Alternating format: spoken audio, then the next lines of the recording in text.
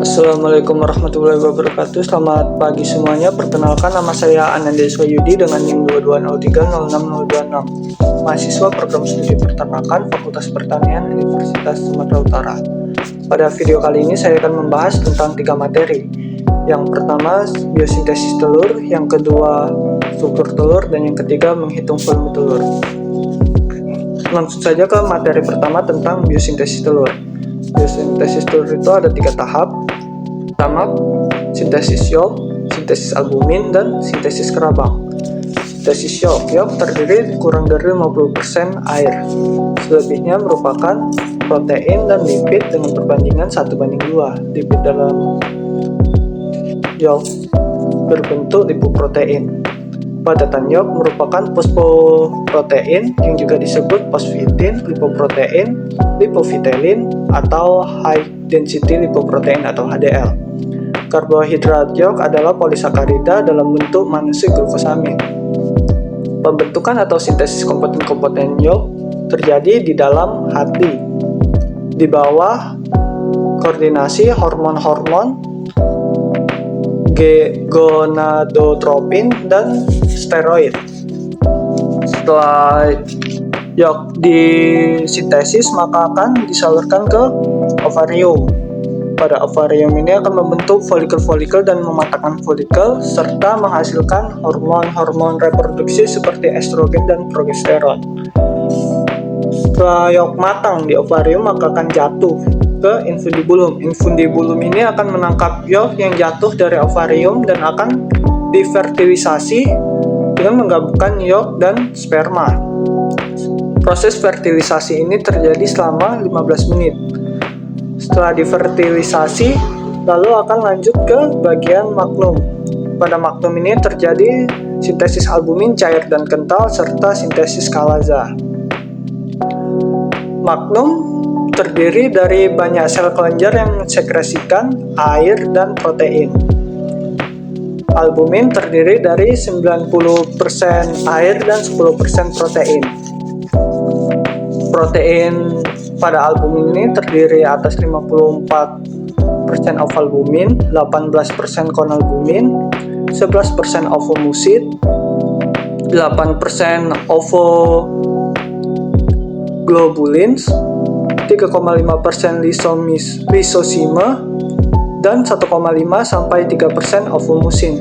Selain protein-protein tersebut, albumin juga memiliki protein lain dalam jumlah yang sedikit, seperti 0,05% avidin, 0,8% flavoprotein, 0,5% ovomakroglobulins, 0,1-1,5% ovoinhibitor, dan 0,5-1% ovoglycoprotein. Hormon-hormon steroid berperan sangat penting dalam proses biosintesis, sintesis albumin.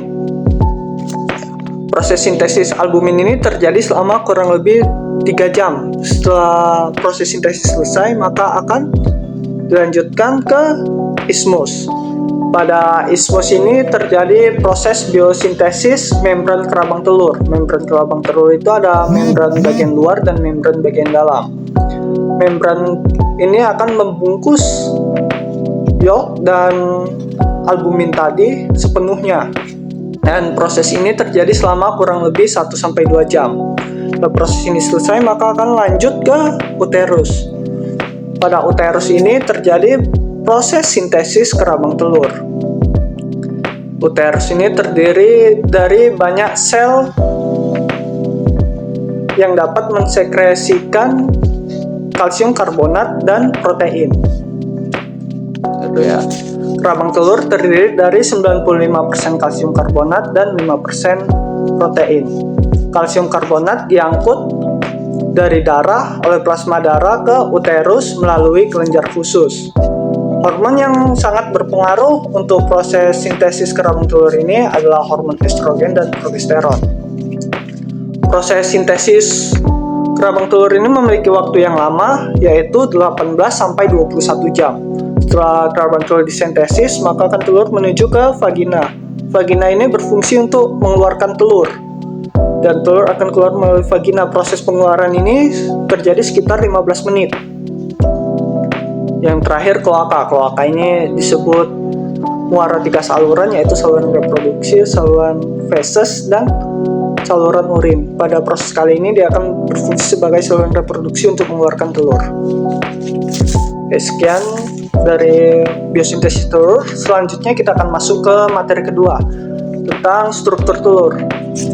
Struktur telur ini memiliki banyak bagian ya, mulai dari kalaza, cangkang telur, kutikula, rongga udara, dan lain-lain. Di sini saya akan menjelaskan fungsinya masing-masing. Yang pertama, kalaza. Ini berbentuk tali nih, seperti tali dua buah untuk menjaga agar kuning telur tetap berada di tengah albumin. Selanjutnya ada cangkang telur yang berfungsi untuk melindungi telur dari benturan dan kontaminasi.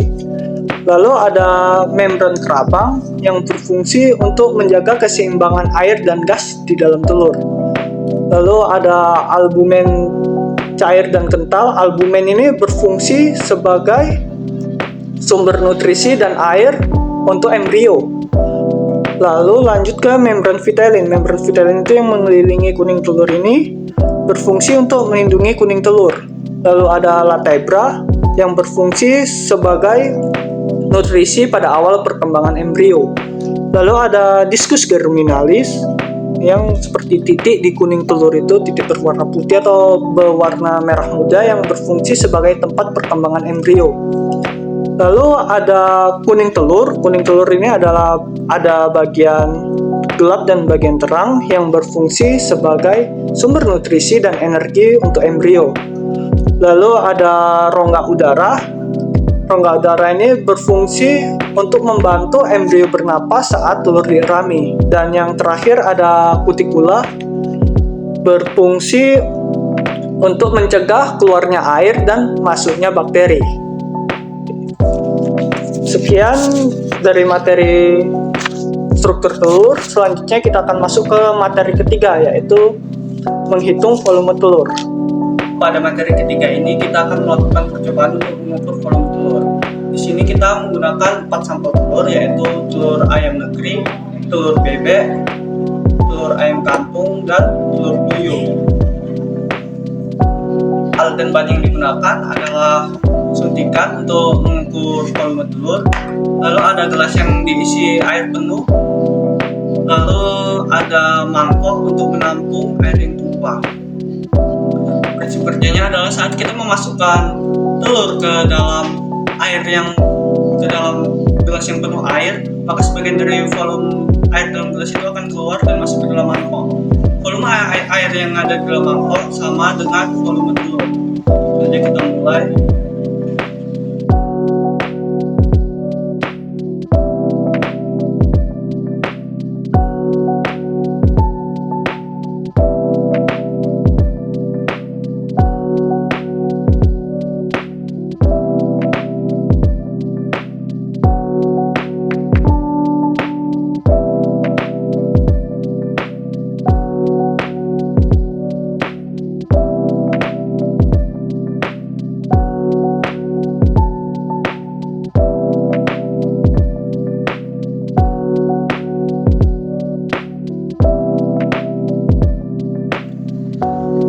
Dari percobaan tersebut, hasil yang didapat mulai dari yang terbanyak hingga tersedikit adalah telur ayam negeri dengan total 60 ml, telur ayam bebek dengan total 51 ml, telur ayam kampung dengan total 39 ml, dan yang tersedikit adalah telur puyuh dengan total 7 ml. Sekian pembahasan materi dari saya, dan terima kasih.